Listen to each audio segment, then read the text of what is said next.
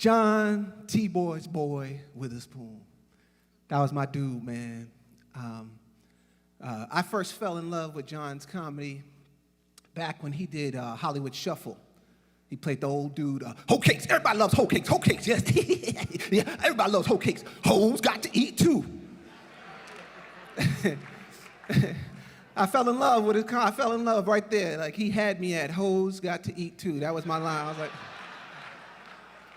I was like, that's my dude. I went back home, and when I seen Keenan, I was like, who was that dude, man? Who played that old dude? He's like, that's John Witherspoon. I was like, man, I got to meet him one day. So, finally we met him on Robert Townsend Partners in Crime, and he was always doing something funny, and it was really good to meet him.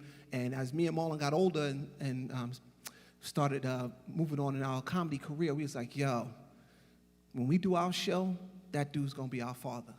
That's going to be our pops right there. And we were little boys, but we knew that dude was going to be our dad. So we finally got the opportunity to do our show.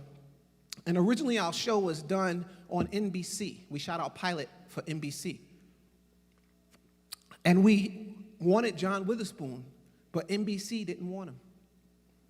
But we hired him anyway. They wanted, yeah, it was like we didn't care. It was like, that's our pops, that's it. Take it or leave it. Take it or leave it. So the show didn't get picked up on NBC. But they dangled that carrot in front of us because we was on the bubble of one of those shows that would have been picked up. But they wanted us to hire a different dad. They wanted Danny Glover. Listen, we all love Danny Glover. I think he's a tremendous actor, but I couldn't see him on our show calling me and Marlon over talking about, get Marlon Shawn, get in here. Get in here. I'm getting too old for this mess. Get in here. Riggs. So they didn't pick us up. As Letterman would say, pinheads. They didn't pick us up, and NBC, they was kind of dangling the carrot saying that if we would get rid of the dad, they would pick us up. If you change it up, Negroes, we'll do it. And I was like, nah. It's like, forget it. We just won't do the show. Luckily for us, Warner Brothers, WB, started a network, and they needed a flagship show, and our show was the show that kicked off. Yeah. Are y'all playing me off already? Nigga, keep your hands up here, nigga. Don't you keep them up high. You killing my time. Don't give me the light at the funeral. Behind your head, nigga. It's cold in here. They got this on a white people funeral. What are y'all doing? Who's at the thermostat? So I remember John was special, man. Just an incredible man. Me and Marlon had so much fun doing Wayans Brothers with him. Cedric was right. This brother did love some chicken. Yes, this man. On the first week of Wayans Brothers, we were rehearsing, and he went to Pollo Loco and bought a really big bag of chicken, a whole bag of chicken. And me and Mom was like, oh, man, that's beautiful, man. He went out and bought the cash lunch. This nigga ate that whole bag of chicken by himself. He ate the bird on the bag. He killed the whole, he ate every part of that chicken. He ate the butt. And he used to explain to you, too. He's like, I was like, ew, the booty. He's like, yes, oh, brother, you got to eat the booty. That's where all the vitamin B is, see? That's where all the vitamin B is, see? Whenever you seen John on screen, he was always eating some food. See? And whatever he was eating, it looked like he was eating chicken. He could eat some grapes and find a bone in it. Really, nigga? A bone in a grape? Really? Oh, yeah, Steve. He would always give us advice, because it is really hard trying to be a young brother, trying to navigate yourself in the network world, trying to, do a TV show and keeping your cool. He would keep our cool because me and Marlon would go crazy because a lot of times, you're not able to do the show that you want to do. And, sometimes I was like, yo, man, I'm going to quit. He was like, no, shh.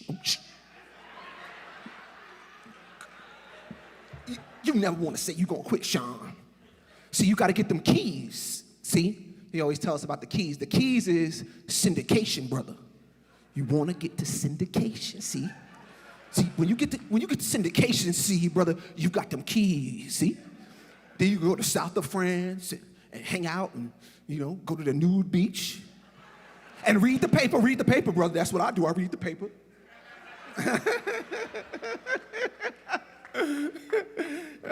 Hi, Angie. And so he told us to stay cool and, just focus on what you can do and how you can make the show better. And we did, and we got them keys, and, the show is history, and he was a huge part of that show. That show would not be what it is without John Witherspoon, so thank you, John Witherspoon. I can't find anybody that has anything bad to say about John Witherspoon. He's a wonderful man. Look at all these people, here. Actually, you know what? Only one person I ever seen talk sideways about John. Put your cameras down, niggas. I don't want this on it. This is just between us, right? And it wasn't like in a bad way. We're all comedians, so comedians just be popping noise off.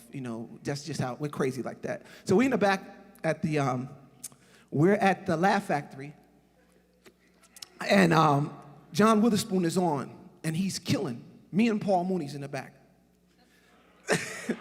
Oh yes, homie. Me and Paul Mooney's in the back watching, right? So John's on stage and he's killing, man. He's doing his Mick Jagger impersonation.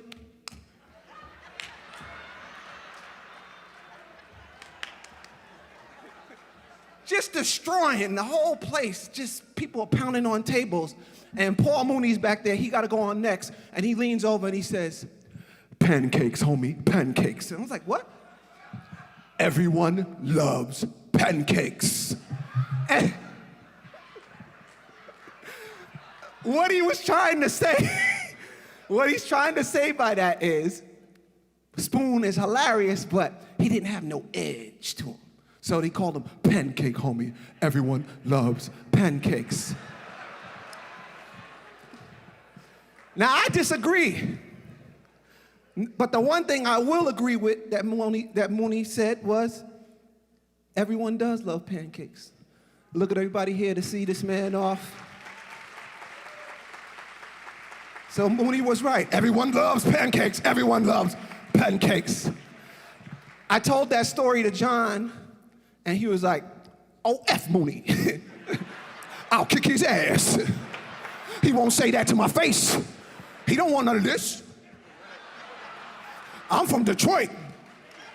I'll get up in his ass." I used to like to egg him on. I'm like, "I don't know, Pops. Yo, Mooney will take you. Mooney will take you." He'd be like, "Oh, hell, Paul can't fight. His hands are too small. He look like a T-Rex. See?"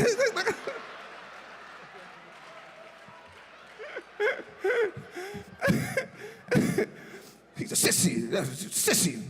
Can't fight. Now look who's up at Richard Pryor's house cooking pancakes. Now who's the pancake now, huh? Oh, brother, oh yeah, see? Oh yeah, brother, he told me the TC.